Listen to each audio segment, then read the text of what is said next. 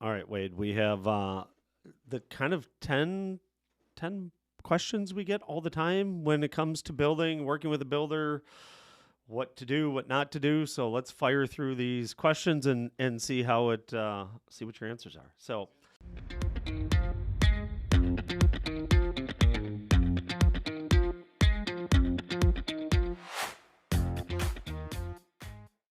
when somebody's building, what's the biggest mistake you see them making? Oh gosh, thinking it's gonna be easy for sure. Okay. Maybe overestimating their ability to keep up with the process. Or it's going to be done tomorrow. Yeah, patience, but I'm pretty upfront with trying to say, hey, just Okay. it may look done. It's a ways from done when it looks done. Yep. So Yep. some things go fast, some things go slow. Right. Right. There's different stages that, hey, this roof is on. Right? My house could be done in a week. It's like, no, we got sheetrock and everything else to put on there. Right. Hey, what are the features that people don't think of when they're building? You get we have a standard building features that we have in the house. What are some extra features that's like, we offer it, but it's not in part of the standard? Well, I mean, we put a lot of good stuff in our standard No, because I correct. just won't put in some of those things. I Yep. just, I mean, Yep. if flat out if somebody really, really wants it, sure, I'll put it in, but it comes with a The one I always it's a lot of times I've sold like new construction and there's actually zero garage door openers in there. It's like, well, that's an add-on, or hey, we need a mailbox, or hey, you don't get AC. It's like, well, you kind of think that comes standard, but right, right, yeah, and in the price range because we're not doing a lot of starter homes anymore, but we'll do them. We still put AC in as a yep, standard feature. We put one garage door opener in. If somebody wants another one, it is an upgrade. yep, Um, we typically do not do mailboxes because regulations and everything else. And I it depends on the city, depends on the township. What's the absolutely, changes? Okay, yeah. yep, So you can get that information at the. I mean, we can. You can yep, hire us to do it, and we'll do it. yep. Um, what else? Um, Oh, things you would like to should upgrade. yeah, Um, Windows, big part of a house are windows and how long they last. Siding is another one.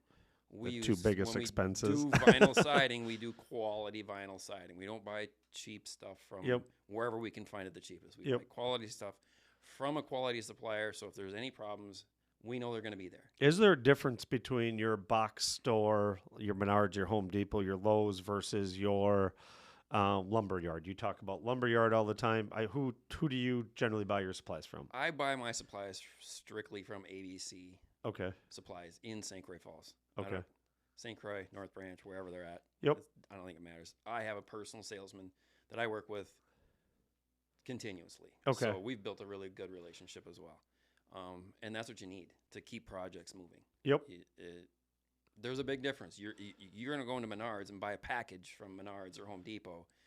You may never see that guy again. Right. Or if you have a problem, they don't care if you ever come back. Right. They're just there to, that's kind of next question of, what's the difference between working with you as a custom home builder versus, hey, I'm going to go buy this kit from Menards or Home Depot.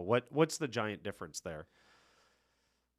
If there's ever a problem, that's the biggest thing is if you're going to have problems, and you will have problems. Every project will have some problems. Right. Quality people that you've been working with a long time know how to deal with these problems. Yep. And companies that care. I mean, Right. sure, if you went in to buy something from the lumberyard, they're not going to care as much about it as the amount of things that I buy from the lumberyard. Right. You buy enough stuff there, they don't want you to leave and go somewhere else. Right. So they help work through the problems. Okay. So if I were to buy because this is a question, if I were to I want to go build a house, I'm going to go buy a kit from Menards. What do basically they're just going to dump all the materials off and I got to construct it, correct? Exactly. They're just going to unload it all. It's up to you to make sure everything showed up. Yeah, I wouldn't trust them. And how those materials were handled between the store and your job site and the timeliness of when it shows up. Gotcha. Is there a difference between material type from your lumber yard and like are all 2x4s made and created equally, or? No. Gotcha. No, 2x4s are not created equally. There's what they call like class 2 lumber, class 3 lumber. Okay. And there's a difference. Okay. The stuff at Menards, you're going to see a lot more knots and a lot more bark, where at the lumberyard, they're going to be drier, truer, straighter, less knots, less bark edges.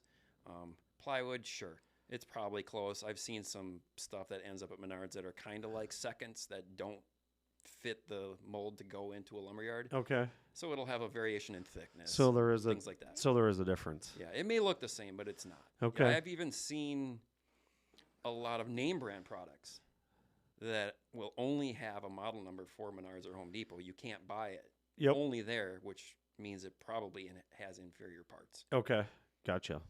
So they've stripped it down to make it affordable for remodelers and things like that. Box store. Something fast, easy, and cheap. Yep. Gotcha. Get what you pay for. Yep. Long story short. How do you know if you're working with a good builder? When you're working with me. I agree. Okay. But, somebody that answers their phone. Okay. If this builder won't answer your phone calls or your text messages or emails, you can't expect him to answer it in 2 minutes. But if he's not getting back to you in a couple hours, within 24 hours. Within 24 hours, depending on how emergency the question is. Yep. You're probably working with somebody that doesn't care too much about you. What if I'm walking a buyer through? I'm walking, a buyer through a new construction house, down in the cities. What should I be looking for? What should they be looking for to say, yeah, this is good quality or this isn't good quality? What are some simple things that just stand out to you? Look closely at the details, I guess. Like the trim. That's the big thing I always kind of... Check out the backside of some closet doors. Yep. Are they even finished? Are the hinges painted? Or have they been meticulously taken care of and put back on? I mean, I've seen some of these places that the doors are there, they paint the hinges and everything. Gotcha. Okay. So those are kind of things that make you be a little bit aware of what's going on. Is this a quick build or not a quick build? I mean, our doors straight, our doors shutting. Yep. Are the trim or the nail holes in the trim, are they covered? I mean, correct. Is there gaps in the trim? That's a lot of things I'm kind of looking for. And how does the plumbing look? Do we have paint on the ceiling? Did my 5-year-old paint this, or did somebody capable paint it? I guess that's sure. A lot of things that I think kind of go with that, looking at that. When it comes to building, so, hey, I want to build this house. What's the best, or I know there's a couple options, but what do you prefer for financing? How does somebody finance a build? How do I prefer? They just come to me with cash. that doesn't happen too often. They can either go to a local bank, and I'm sure you can set them up if they come to look at Dayspring. You can set them up with construction financing at any of the local banks. Yep. That's a good way to do it. I like the bank that I use because I work with them every day. Yep. Or they could come in and I can get the financing for them, and they just pay for it in the end. Yep. Obviously, that's going to cost them a little bit more to do it that way. So basically, hey, go to your lender. Obviously, prefer, ours, Security State Bank of Marine, but obviously don't have to, and get yourself a construction loan. Generally, that's 20% down. Yep. If you pay for the lot in cash, they can use that lot as equity or collateral towards the purchase. Or as Wade had said, with a sizable earnest money down, we will build the custom home. There will be draws within the process, and he would finance it. You just buy it in the end. So there is a couple of different options there. What's the cheapest house style to build? What's the most expensive? What's the cheapest out of, there's obviously we can get into 100 different styles, but let's use your 3 main, your 2-story, your Rambler, your split, and your multi. Let's go 4. Okay, so the cheapest I would say is the split entry. Second would be 2-story, then a multi-level, and then the Rambler is typically the most expensive. Why is that? Because you take the same amount of square footage, and on a Rambler, you're spreading it out, which means you've got more foundation, and foundations are expensive. Yep. You've got more roof. More trusses, more shingles, more plywood. All of that stuff. Where if you, like a split entry, you're only going halfway in the ground, so the foundation's a lot less. So you're kind of just going up then at that point. Yep. And a 2-story, you can just start stacking levels, and you're only paying for walls and floor at that point. Which is cheaper than just trusses, shingles, and concrete. Exactly. Yep. And excavating a bigger hole for the house to fit. Yep. I mean, Ramblers are just the most expensive. And obviously, house. Right. Per square foot. Right. Per square foot. Finishes could play a huge role in that situation. Okay. what are the some of the somebody out to buy a lot? Hey, I want to go. Um, I'm just gonna go out and buy this lot, and I got a build price for $300,000 to build on this lot, but I don't know what are some of those hidden costs that people generally don't think of. The hidden costs in purchasing a lot, Yeah, or well, yeah, I mean purchasing a lot or constructing on that lot. So I'm thinking acreage. Hey, I bought an acreage lot. What are you got? okay, so there's make sure you get this thing perk tested, make sure you can put a sewer on it, where that sewer is going, Yep, driveway accessibility to the road. yep. What's And so not? I mean sewer. What's that? 25 to 50,000. to put a sewer in, yeah, and it depends on the lot. I mean, Right. like out at Dayspring, we're probably looking in that 20, 25 range. Somewhere Okay, in there. so 20 to 30,000. So we Yep. got there's a expense most people like. Hey, not thinking of. My builder told me it was 300 grand to build this house, but But there's all those costs that are involved in it, and wells. I mean, when it's on a private well, nobody can tell you how much that well's going to cost, right. because You can just you guess gotta by wait the till neighbors. you find water. Yep. So you go until you find water, and it is what it is. They average a certain price range, and you can kind of go off of that, but there's no exact science. Yep, and I'm assuming that's generally some of that 8 to 12,000 roughly. Yeah, Ballpark. 12,000 probably. Yeah, that's a good area. 10, 15. 10 to somewhere in there. 15. All right, so Yeah. I'm low on that. Sorry, whoever I quoted 8.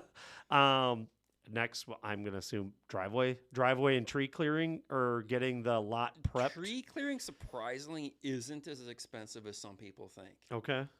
It's a lot of work, but the people that do it are good at it and they're fast, so Okay. they can do it pretty efficiently. Driveways, yeah, people don't understand that we have to build a driveway for semi trucks, Yep. so that costs some money, especially in March. Right. So Get the soil the right compaction and yeah. what the township or city or county requires for that. Right. Most likely a culvert, which yep, metal isn't cheap. With all the prices, everything just keeps going up. So, okay. What's a huge question we get probably once a month? I want to build a barndominium because I heard it's cheaper than a house. no. Yeah, I mean, in some ways it can be less expensive. Yep. Cheaper is all on how you put it, what you put into it. Right. Is for the word cheap for me. Quality materials. Right. To do it right, you're looking at building a house. Sure, you can save some money because you're going to probably be a little bit more square, a few less angles, not a real steep roof. But so you're not saving $200,000. No. TikTok, they're leaving some stuff out. Yep. You're not building what looks like a $750,000 house probably cost them $750,000. Yep. That's that. And Chisago County, I know, has some additional restrictions with the foundation, so there is some added cost into that. It's not as expensive as I thought it was, but because I had a client that was looking at doing one, so it's not a bad design and it's No. a good idea, but it's not as cheap as people think. just understand you're not going to save if you like the Right. looks and we can do it. Sure, we can do it. And the price is going to probably be the same as a Pretty close. stick built house because for the most part they're stick built. You can't just put poles into the ground and Right. that's where the And expense call it a house. right. Yes. That's where the expense comes in. The counties aren't really allowing that or liking that. The other one, the tiny home, we kind of hit on the home packages a little bit. What can we get this a lot as well as I want to put my tiny home in Chisago County. Is that an option? No, not that I'm aware of. Right. I think it's 980 square feet is the smallest Foundation size, and I don't know that they have restrictions on considering your tiny house portable. Yep. Like putting a camper on a lot. Which I know. Not sure what Chisago County is on that, just because I don't deal with that much. Yep. And I know a lot of times they don't. If you're buying this lot, they don't want you living in a camper on the lot generally. Right. So that, to my knowledge, I don't know that it's the best idea for this county. One, the foundation size, as said, is 980, and a lot of times those tiny homes are 200 square feet. Right. So Yep. generally doesn't work. Well, I think that is kind of answers a lot of our questions. If you have other questions, shoot us a message down in the chat, and we would love to have Wade on again, and he can answer through those. And if you guys want to learn more about the building process or what you want to know about it, let us know. All right. Thank you.